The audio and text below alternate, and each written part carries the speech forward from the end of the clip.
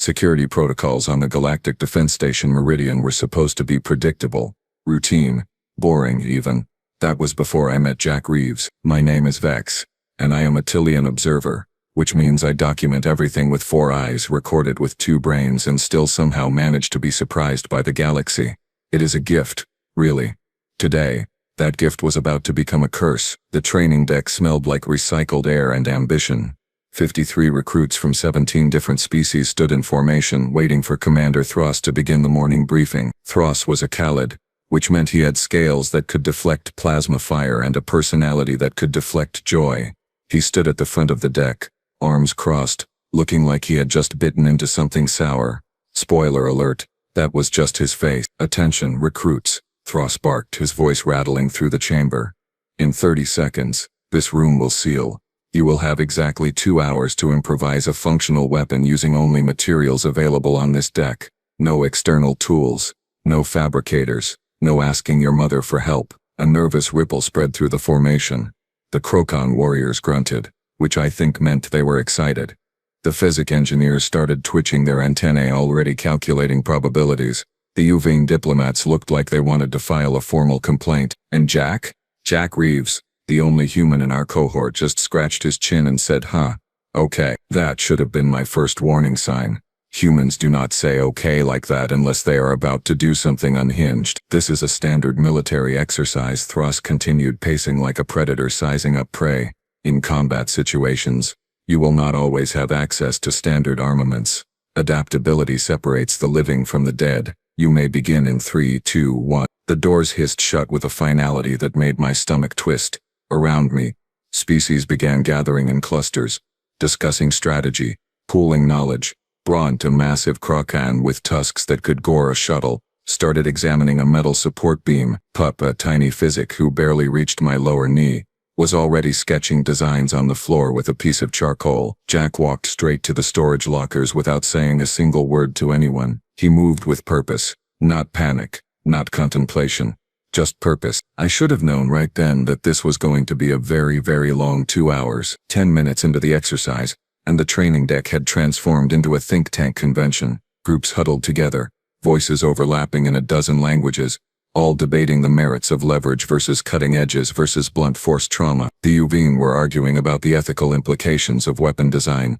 The Crocon were arguing about who got to use the biggest piece of metal. Standard stuff. I was taking notes, documenting the various approaches. When I realized I had lost sight of Jack, that is when I heard the clanging. I turned all 4 eyes toward the southern storage area and saw him, arms full of, well, everything. Pipes, wiring, adhesive strips, 3 different types of fasteners, a maintenance panel, what looked like a fire suppression canister, and was that a cleaning solvent bottle? He dumped the entire collection onto the floor near his assigned station, then immediately turned around and headed back for more. "What is he doing?"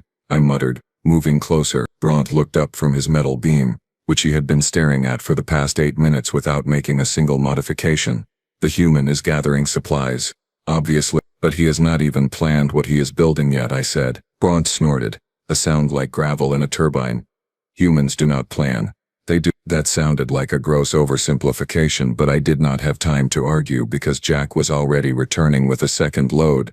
This time he carried duct tape, a broken chair, some kind of spring mechanism, rubber tubing, and a bundle of synthetic fabric. He added it to his growing pile without even pausing to organize it. Meanwhile, Pip had finally settled on a design.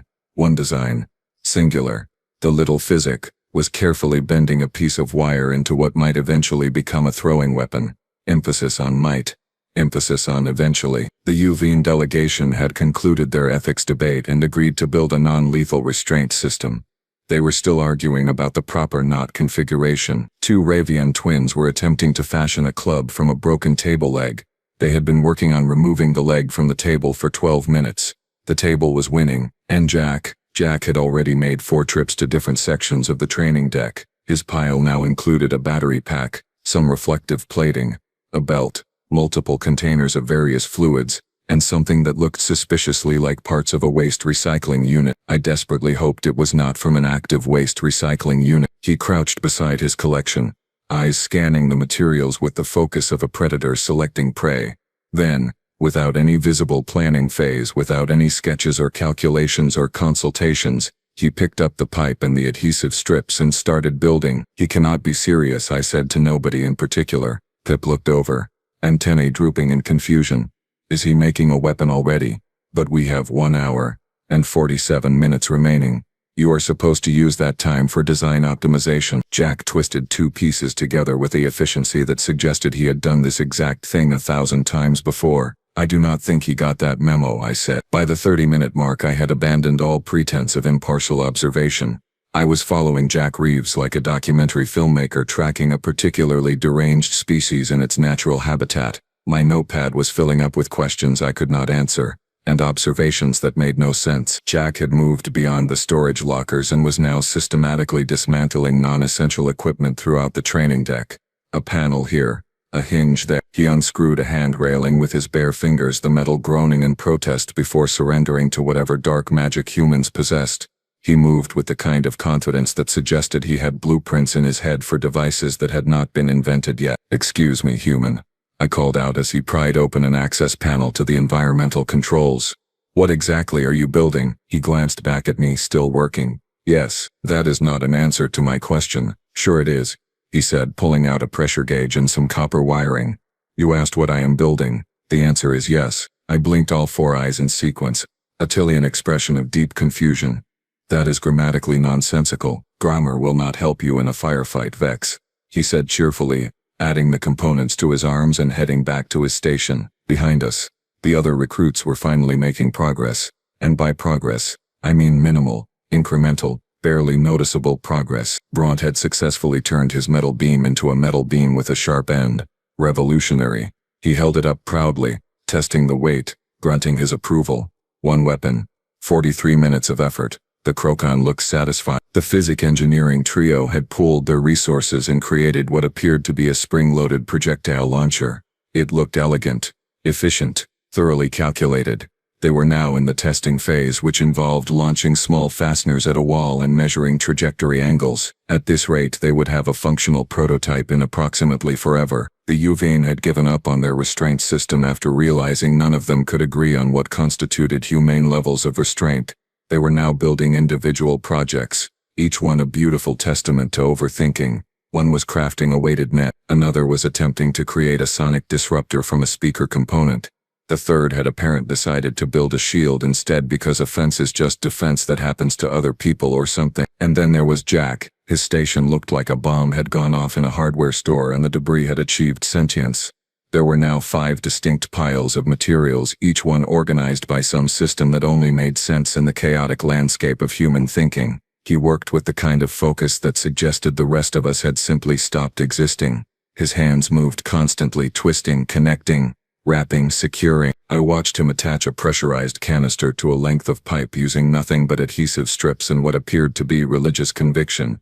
It should not have held. Physics suggested it would fail immediately. But he tested it, nodded once, and set it aside. "Is that a weapon?" I asked. "One of them," he said without looking up. One of them. One of them." I checked my chronometer. 47 minutes had elapsed. Most recruits had barely started construction on their first attempt.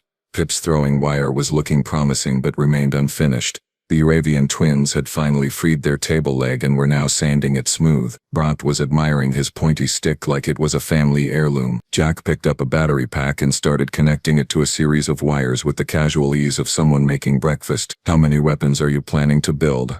I asked, my voice climbing an octave. He looked up, genuinely considering the question. Then he smiled. It was not a reassuring smile. "How many is too many? One would argue that there is a reasonable limit based on time constraints and practical utility." I said, "Right, but I am human, so that argument is irrelevant." He had a point. I hated that he had a point. At the 1-hour mark, Jack completed his first weapon. Completed, fully functional, ready to cause problems. It was a projectile launcher made from a pipe, a compressed air canister, some kind of release valve he had engineered from a door hinge, and enough adhesive tape to mummify a cully. He picked it up, loaded it with a bolt he had scavenged from somewhere, aimed at a target panel on the far wall and fired. The bolt shot across the training deck with a sharp hiss of compressed air and embedded itself 3 inches into the reinforced padding. The sound echoed through the chamber like a judge's gavel declaring the end of sanity. Every head turned. Every conversation stopped. Even Commander Thross looked up from his datapad with an expression that suggested he was reconsidering his career choices. Acceptable, Jack said to himself, setting the launcher aside and reaching for his next pile of materials. Acceptable. He called that acceptable and then just moved on like he had not just built a functional ranged weapon from garbage in less time than it took the Uvine to agree on lunch. Bront stomped over, his massive frame casting a shadow that could eclipse a small moon. He stared down at Jack's launcher, then at his own sharpened beam, then back at the launcher. His jaw tightened. I could see the gears turning in his head, which for a Krokan meant approximately 2 gears, both rusty. That is one weapon, human, Bront growled. I will have one weapon also. We will see whose is superior. Jack looked up at the towering Krokan warrior without a trace of intimidation. Cool. Good luck with that. Luck is for the weak, Bront snarled. Then you should be fine, Jack said pleasantly, returning his attention to a bundle of wiring in the battery pack. I watched Bront's face cycle through several shades of anger before he turned and stomped back to his station, gripping his pointy stick with renewed determination. The Krokan began searching for additional materials, clearly attempting to upgrade his single weapon into something more impressive. Pride is a powerful motivator, even when it is monumentally stupid. Meanwhile, Jack had already started construction on weapon number 2. This one involved the spring mechanism, the rubber tubing, and what appeared to be a significant portion of the broken chair. He was building a frame, weaving the tubing through it in a pattern that looked random but probably was not. Humans had a terrible habit of appearing chaotic while actually executing plans so detailed they would make a physic weep with envy. Jack, I said, my notepad forgotten in my lower hands. Can you explain your process? For documentation purposes. Sure, he said, not slowing down. I am building weapons. Yes, I gathered that much. But how are you deciding what to build? What is your selection criteria? Your design philosophy? He paused, genuinely thinking about it. I guess I am just asking myself, if someone wanted to ruin my day, what would make me really annoyed? That is your entire strategic framework? Annoyance? Annoyance and availability of materials, he corrected.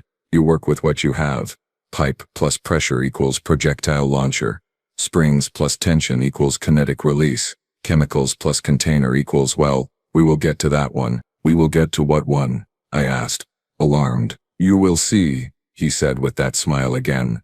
That deeply unsettling smile that suggested humans had spent their entire evolutionary history preparing for exactly this scenario. Across the deck, Pip had finished the throwing wire and was now attempting to create a second weapon, a small blade fashioned from a sharpened piece of plating. The physic worked with meticulous precision, measuring twice, cutting once, checking calculations. Jack was on his third weapon now. He had not measured anything. Not once. He just looked at materials, visualized violence, and made it happen. The spring-loaded device was taking shape, looking like a crossbow that had been designed by someone who had never seen a crossbow but understood the fundamental concept of making things fly really fast at other things. He tested the tension, nodded, and added it to his completed pile. 2 weapons done. 5 piles of materials remaining. 1 hour left on the clock. Bront glanced over at Jack's growing arsenal, his grip tightening on his upgraded stick, which now had a second sharp end, because more points equals more better in Krokan mathematics. The competition had officially begun, and only one of them seemed to understand they were competing. At the 90-minute mark, Jack had 6 completed weapons laid out in front of him like a deranged armory showcase. 6. The number seemed to mock the very concept of time management. I had stopped taking notes. My job was to observe and document, but what I was witnessing defied conventional documentation. This required interpretive dance or perhaps a warning label. Caution. Human at work. Proceed with existential dread. Weapon 3 was the spring-loaded crossbow situation, now complete with a firing mechanism that clicked with ominous precision. Weapon 4 appeared to be some kind of flail constructed from the belt, weighted with heavy fasteners and reinforced with wire. He had tested it by swinging it in a wide arc that made everyone within 3 meters smunnily remember they had business elsewhere. Weapon 5 was a handheld battering ram, which sounded stupid until you saw it.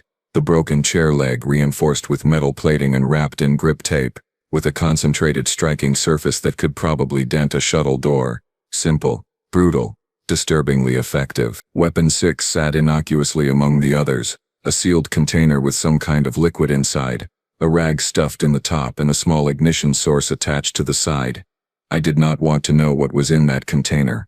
I really genuinely deeply did not want to know. Is that what I think it is? I asked, pointing at the container with a trembling hand. Depends on what you think it is, Jack said, now working on Weapon 7, an incendiary device. Then yes, it is exactly what you think it is. That seems excessive. That seems prepared, he corrected. Besides, it is mostly just cleaning solution and a fuel gel I found in the maintenance supplies. Very stable. Probably, he said, probably like it was a reassuring word. Around the training deck, other recruits had made progress, though calling it progress felt generous when compared to the humans' one-man weapons manufacturing operation. Pep had 2 completed items now, the throwing wire and the sharpened blade. Both looked professional, calculated, engineered with physics precision. The tiny alien stood proudly beside them, antennae raised in satisfaction. 2 weapons. Solid work. Completely reasonable output for a 2-hour time frame. The UVN had finished their individual projects. 3 weapons total among 3 people. A weighted net that actually looked functional, a sonic disruptor that hummed with potential energy, and a shield that could deflect projectiles. They had collaborated on testing each item, providing feedback, optimizing designs, teamwork. Stacey, all the things military instructors praised. The Ravian twins had graduated from 1 club to 2 clubs. Matching set. They stood together, comparing their work, making minor adjustments. Brotherhood in arms. Literally, Bront had transformed his operation into a full Krokan Pride project. His original spear now had additional sharp bits attached at various angles, turning it into something between a spear and a Swiss Army knife designed by someone who only understood violence. He had also constructed a shield from a maintenance panel strapped to his arm with cables. 2 items. He kept glancing at Jack's growing collection, his jaw clenching tighter with each look. And then there were the observers. Recruits who had finished their projects early or given up entirely, had migrated toward Jack's station. A small crowd had formed at a respectful distance, watching the human work with the fascination typically reserved for natural disasters or theatrical performances. Whispers rippled through the group in multiple languages. How is he moving that fast? Where did he learn this? Is he even following safety protocols? Safety protocols, I muttered. He is building an incendiary device from cleaning supplies. Safety left the station approximately 5 weapons ago. Jack was now assembling what appeared to be a smoke bomb using the fire suppression canister, some torn fabric, and a chemical mixture that made my respiratory system question its life choices just from the smell. He worked with the calm focus of someone defusing a bomb, except he was doing the opposite of defusing. He was fusing. Aggressively fusing. Humans, a UVN named Rella said beside me, her voice filled with academic curiosity. They are a contradiction, individually chaotic, yet their chaos follows patterns. That pattern being weapons, I said. That pattern being preparation for every possible scenario simultaneously. She corrected. Look at his selection. Ranged melee, area denial, incendiary, impact, flexible weapons. He is not building randomly. He is building a complete tactical response system. She was right. I hated that she was right. Jack finished the smoke device and added it to the lineup.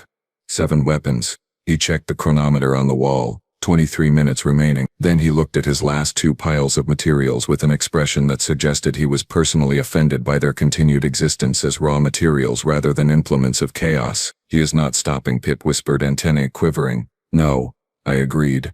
No, he is not. Bront gripped his multi-spear tighter, staring at Jack's arsenal with something between respect and fury. The Krokan warrior had been bested, and he knew it. Everyone knew it. Commander Thross walked slowly toward Jack's station, arms still crossed, his scaled face unreadable. The human did not even look up. He just kept building. 5 minutes, Commander Thross announced, his voice cutting through the training deck like a blade through butter. Finalize your designs. Prepare for demonstration. 5 minutes. The words hung in the air with finality. Around the deck, recruits scrambled to complete their work. The UVN added final touches to their sonic disruptor. The UVN twins polished their clubs one last time. Pip checked the balance on the throwing wire with meticulous attention to detail. Jack attached a handle to what appeared to be a pressurized spray device, tested the trigger mechanism twice, nodded in satisfaction, and set it down with his other creations. 8. He had 8 completed weapons. No, wait. He was reaching for the last pile of materials. You have 5 minutes, human, I said, my voice climbing into a register I did not know I possessed. You cannot possibly finish another weapon in 5 minutes. Watch me, he said simply. And he did. With 4 minutes and 37 seconds remaining, Jack Reeves constructed a garrote from wire and 2 handles, tested the tension, and added it to his collection. 9 weapons. 9 functional, terrifying, completely improvised weapons in less than 2 hours. I looked at my notes. Pages and pages of observations that all boiled down to one fundamental question. What kind of species prepares for violence with this level of casual efficiency? Bront stood beside his 2 items, the multi-spear and the shield, looking like a warrior king from ancient times. Impressive, intimidating, completely overshadowed by the human who had somehow turned a training exercise into a personal arms race against himself. Peep had 2 elegant, precisely engineered weapons. The Uvain had 3 sophisticated devices between their entire group. The Uvain had 3 sophisticated devices between their entire group. The Uvain had 3 sophisticated devices between their entire group. The Herodian twins had 2 matching clubs. Across the entire training deck, the average output was approximately 2 weapons per recruit. Some had 1, a few overachievers had 3, and then there was Jack standing beside enough weaponry to outfit a small tactical squad. This does not make sense, I muttered, reviewing my notes again as if the answer would suddenly appear between the lines. Humans are not supposed to be the warrior species, that is the Krokan. Humans are supposed to be the diplomats, the traitors, the ones who talk their way out of conflicts. Rella, the Uvain observer, had migrated to stand beside me. She studied Jack with the analytical gaze of someone writing a dissertation. Perhaps that is precisely why they are so prepared. Species who are good at fighting expect to fight. Species who prefer not to fight prepare for everything because they cannot afford to be caught unprepared. That is a depressing philosophy, I said. That is a survival philosophy, she corrected.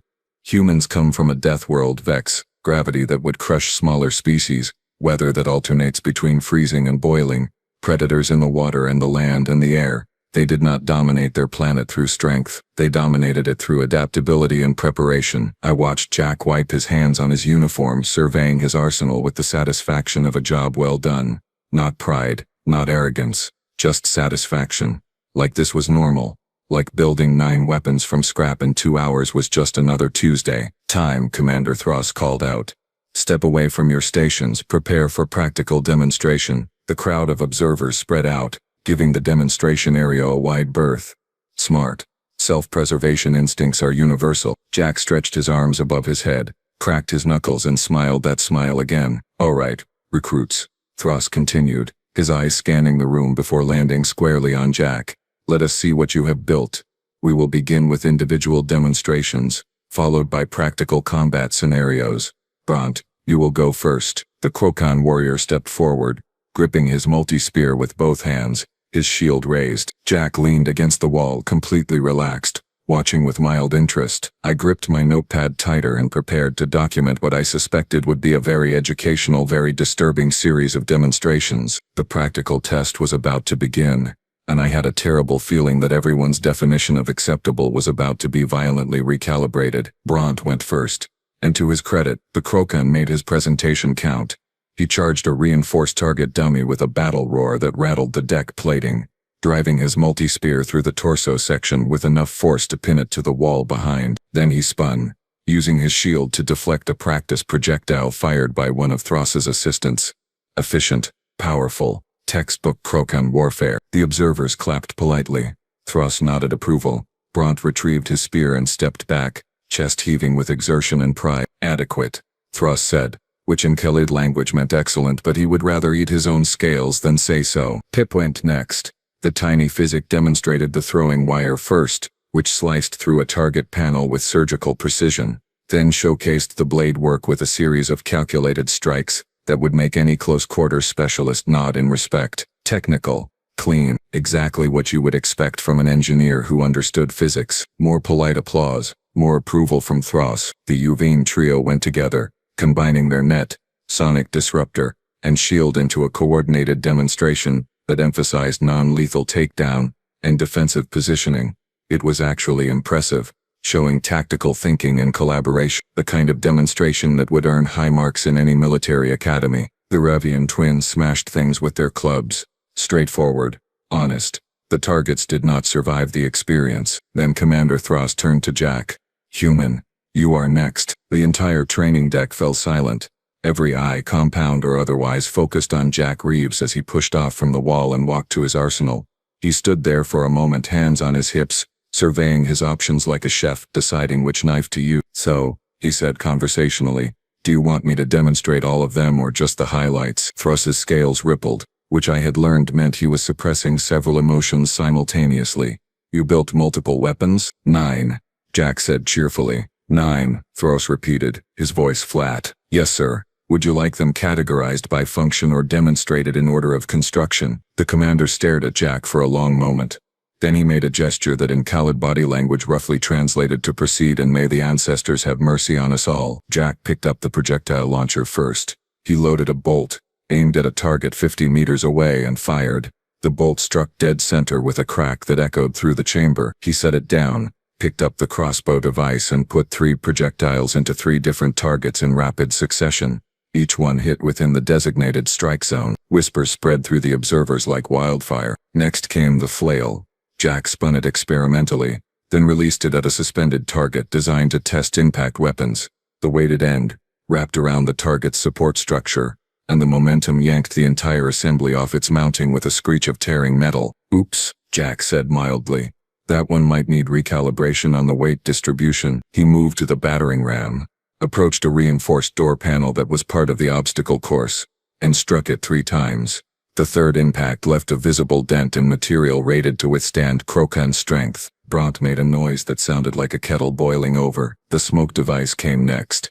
Jack activated it and tossed it into the demonstration zone. Within seconds the entire area filled with thick choking smoke that obscured visibility completely. Emergency ventilation kicked in automatically, clearing the air while alarms blared overhead. Sorry, Jack called out over the noise.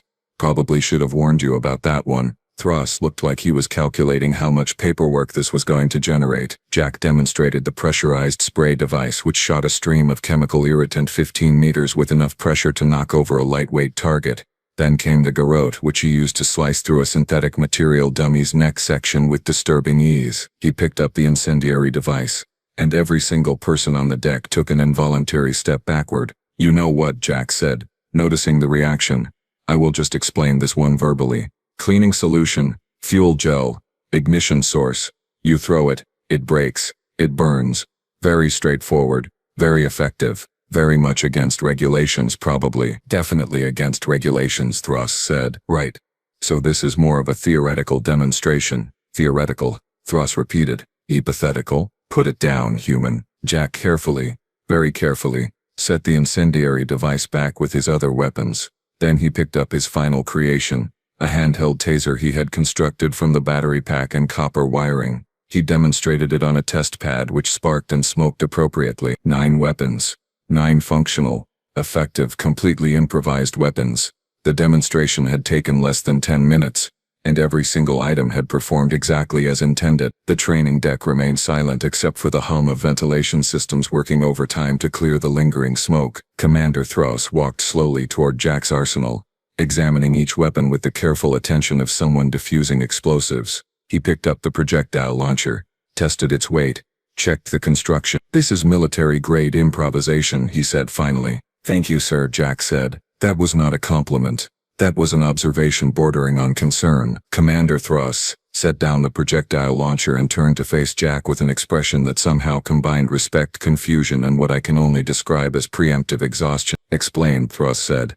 Not a request.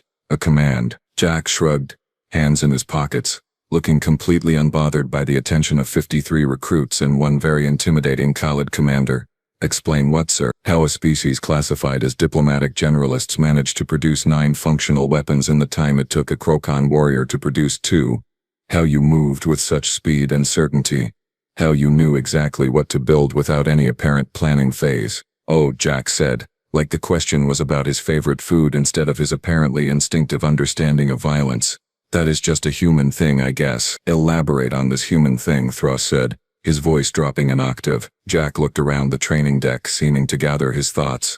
Okay, so, humans have this thing where we have spent our entire history being, well, kinda bad at survival compared to everything else on our planet. We are not the strongest, not the fastest, not the most armored. We do not have claws or venom or natural weapons. We are just sort of squishy and mediocre at everything except 2 things, which are, I found myself asking. Notepad ready. Sweating and problem solving, Jack said. We can run things to death because we are really good at not overheating. And we can turn literally anything into a weapon because we have had to for about 200,000 years. Sticks, rocks, bones, fire, metal, chemicals, whatever. If it exists, some human has figured out how to make it hurt someone. Bront crossed his massive arms. This is not unique. All species learn to weaponize their environment. Sure, Jack agreed. But most species do it when they need to. Humans do it preemptively. We look at objects and our first thought is not what is this for, but what could this become if everything goes wrong. It is not aggression. It is anxiety with practical applications. Rella stepped forward, her UV features arranged in fascination. You are saying humans exist in a constant state of preparation for conflict? More like a constant state of plan for the worst and hope for the best, Jack said. We prefer talking. We are actually pretty good at diplomacy when given the chance. But we also know that sometimes talking does not work, and when it does not work you better have options. Lots of options, preferably options the other person did not see coming. Thruss studied Jack for a long moment. Your planet must have been a nightmare. It had its moments, Jack admitted. Predators that could eat us, diseases that could kill us, weather that could freeze or bake us, other humans who definitely wanted to kill us. We learned pretty quickly that adaptability beats specialization when everything is trying to end your existence. So we became really good at adapting, at improvising, at making do with whatever was available. I looked at the 9 weapons, then at Jack, then at my notes, which suddenly felt like they were documenting something far more significant than a training exercise. This was not about one human building weapons. This was about an entire species whose survival strategy was creative violence as a backup plan. You built 9 weapons, I said slowly, because you could not decide which one would be most useful, so you simply made all of them. Well, yeah, Jack said. Why limit your options when you have the time and materials? In a real situation, I would grab whatever worked best for the specific threat. But since this was a training exercise and we had 2 hours, I figured I might as well build a variety. Cover all the bases. He said it like it was the most reasonable thing in the galaxy. Thruss made a notation on his datapad. All recruits will receive evaluations based on their performance today. Dismiss. The crowd began to disperse, but the whispers continued. I heard fragments of conversation in multiple languages, all centered on the same theme. The humans. The terrifying, creative, anxiety-ridden humans who turned preparation into an art form. Bront approached Jack, his expression unreadable. He stood there for a moment, then extended a massive hand. You fight well, human. I respect this. Jack shook the offered hand. Thanks. Your spear was really impressive. The multi-point design was clever. It was adequate, Bront said, which, coming from a Krokan after being comprehensively outperformed, was practically a declaration of eternal friendship. As the Krokan walked away, I found myself standing alone with Jack and his arsenal of improvised chaos. Can I ask you something? I said. Sure. Does it concern you at all that your first instinct when told to improvise a weapon was to improvise 9 weapons? Jack considered this, genuinely thinking about it. Then he smiled that unsettling smile. Vex, if I only built 1 weapon and it turned out to be the wrong weapon for the situation, I would be very concerned. But if I build 9 weapons, the odds are pretty good that at least one of them is the right weapon. That is not concerning. That is just math. Math. He called it math. I watched him gather his creations, carefully disassembling the more dangerous ones, and I realized something that would stay with me for the rest of my career. Humanity had not joined the galactic community as warriors or conquerors. They had joined as diplomats and traders, as explorers and scientists. But underneath that friendly exterior was a species that had survived a death world by being prepared for absolutely everything. They did not seek conflict. They just refused to be caught unprepared for it. And that, I decided, was far more terrifying than any warrior species could ever be. Because warriors you could predict. Warriors you could understand. But humans? Humans were anxiety and creativity weaponized into a survival strategy, and there was no defense against that except to never ever give them a reason to stop talking and start improvising. I made a final note in my documentation. Recommendation: ensure humans remain our allies. Alternative outcome: not recommended. Commander Thruss read my report 3 days later and added his own note in the margin. Agreed. Strongly agreed. Somewhere on the station, Jack Reeves was probably looking at everyday objects and calculating their weapon potential. Just in case. Just in case. That was the human way, and the galaxy would simply have to get used to it.